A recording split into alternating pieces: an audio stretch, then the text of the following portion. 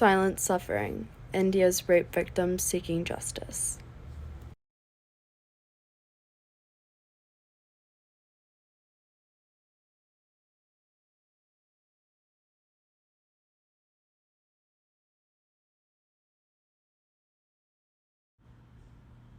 Hidden within the fabric of Indian society, an issue of utmost importance continuously spirals into political chaos, falling into control of India's higher courts. In spite of countless tragedies of rape, Indian women still battle an archaic judiciary crisis when searching for justice from rape cases.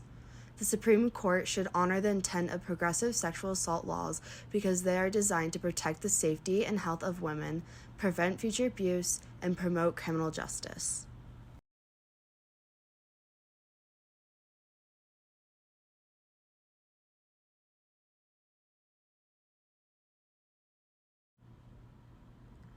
Although some laws have been created for Indian women's cause, the prevalence of rape in India demands legislative action towards preventing psychological ramifications.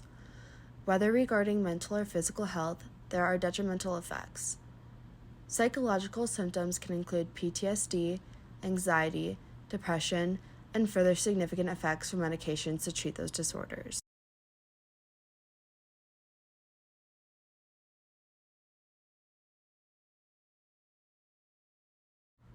One profound mental effect some of these women experience due to rape and sexual violence is rape trauma syndrome. It is evident that when faced with such injustices, there will be mental after effects that impose negative thoughts and feelings that are more prominent than people believe. In a peer-reviewed academic journal entitled Rape Trauma Syndrome, a retrospective study of post-traumatic stress disorder after sexual assault among Indian women, Dr. Udain Bhaumik, who holds an MD in psychiatry, states that victims of sexual assault may react with fear and confusion. They may have difficulty in problem solving and in mobilizing the strength to accomplish daily tasks. Rape trauma syndrome, a form of post-traumatic stress disorder, tend to not be commonly recognized as an aspect of rape. By identifying this disorder, the courts would be provided with a further understanding of psychological impact.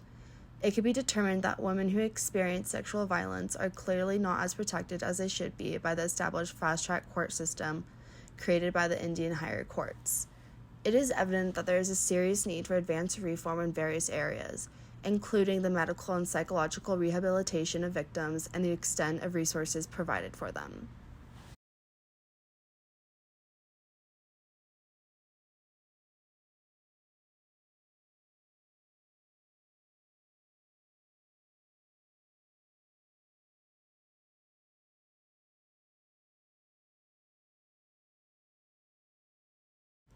Many rape victims rely on medications to help ease the anxiety and depression faced after sexual assault.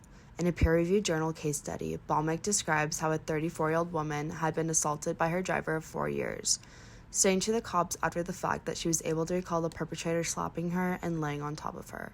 After this woman's assault, she suffered from acute stress disorder and dissociative amnesia. Although evidence shows that the daily use of medicine did create some progress, nobody should be forced to biologically suppress their emotions due to past sexual trauma that could have been avoided. It is evident that there can be a drug-induced alteration of biological makeup and mental health within women when healing their trauma with medicinal resources. It is clear that the courts must amend their policies to address mental health issues. The inadequacy of reported rapes from Indian women requires attentiveness, as does a preventative education plan for adolescents with a focus on rape and abuse.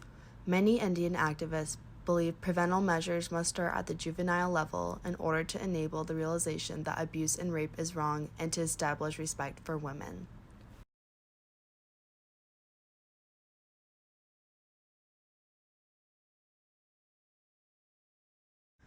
Many rape cases go unreported in India for various reasons, including the interminable court hearings and the fear of reporting the case itself. Statistics show that sexual violence in India is relatively low compared to other countries. However, a study has presented statistics that may prove otherwise. Lisa Chu, a journalist for CGTN with a prestigious journalism background, asserts that when considering the rapes reported to the National Family Health Survey, it's estimated that as much as 99.1% of rape cases in India go unreported. This proves to be very dangerous for the progression of sexual violence mitigation, as those who are observing and making judgments from a third-party perspective might fail to see how urgent of an issue this is.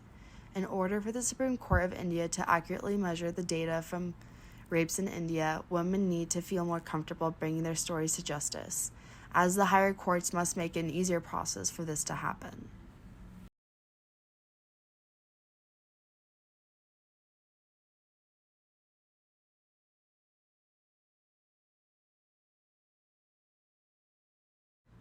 Sexual abuse of children is also a major issue in India and contributes to the gender abnormality and rape crisis. Activist and symbol for many Indian women, Shruti Kapoor, states that in schools and education there is a need to talk about respecting women and girls at a very young age, and that a lot of men and boys grow up with so much privilege that accepting a no is hard for them. This illuminates the rationale for the Indian government to provide supplemental practices such as the enactment of youth education campaigns to further educate juveniles on respecting and safeguarding women. As we have seen in recent years, the criminalization of men has done little to prevent sexual violence in India. It has only helped devise more punishments by creating a repeating cycle of rape and incarceration. Uttar Pradesh, an alleged rape victim, was set on fire by 5 men.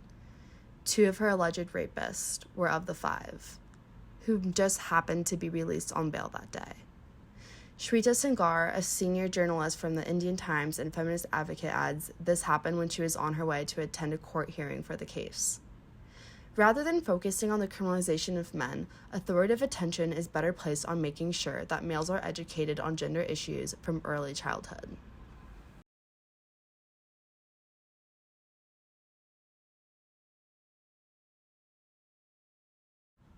In an additional report on abuse towards children, Chu mentions that in an Indian government study, a group of 12,000 children faced multiple forms of sexual abuse.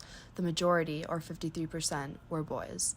These statistics are frightening. Having been shown mistreatment and being victims of abuse as children themselves, some men are silently taught as children that abuse is normal and okay. It is interesting to think that normalization of abuse as a child could potentially carry on into later adulthood and create this unhinged treatment on others.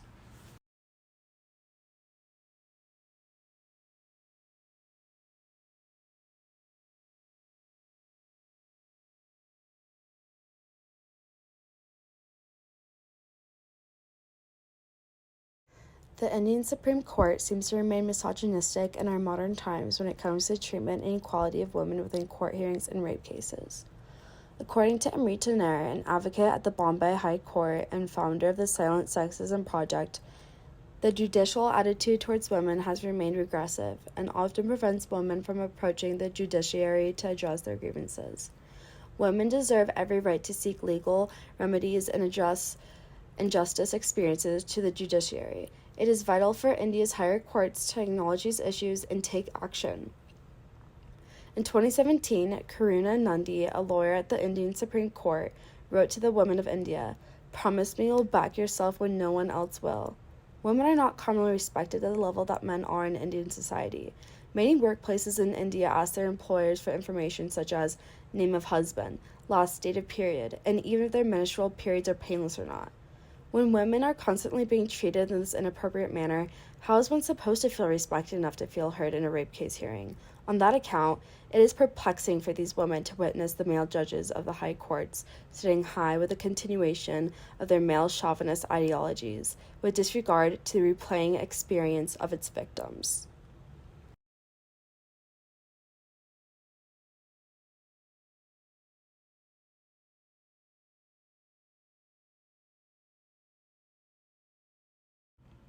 With the brutality of rape cases on a national level, there is a ubiquitous sense of endangerment among women in India. One of India's most disheartening cases of rape is the story of Nirbhaya, the fearless one. She was a 23-year-old South Delhi woman who was gang raped on a public transportation bus. She died 2 weeks later due to fatal injuries, but death did not silence her. Dr. Benson Rahan, author of The Rape Popular Culture and Nirbhaya, a study of India's daughter in Delhi crime academic journal, declares that Nirbhaya's case proved a landmark in the history of Indian legal reforms. The brutality of this rape case is arguably one of the most violent, grotesque instances the Supreme Court of India had ever seen. Fighting to stay alive in a hospital bed in Singapore, Jyoti Singh Pandey was coined the name Nirbhaya by the media. She faced several critical injuries from her assaults on the bus who took turns raping her, publicly and even pulling out her intestines. Asha, the mother of Nirbhaya, became a recognized woman in the courtroom, and in the 7 years it took to conclude the case, she never missed a hearing. BBC New Delhi journalist Geeta Pandya acknowledged at the mother, mentioning, "The memories of that Sunday still bring me tears." She continues, "No one should have seen a day like December 16th.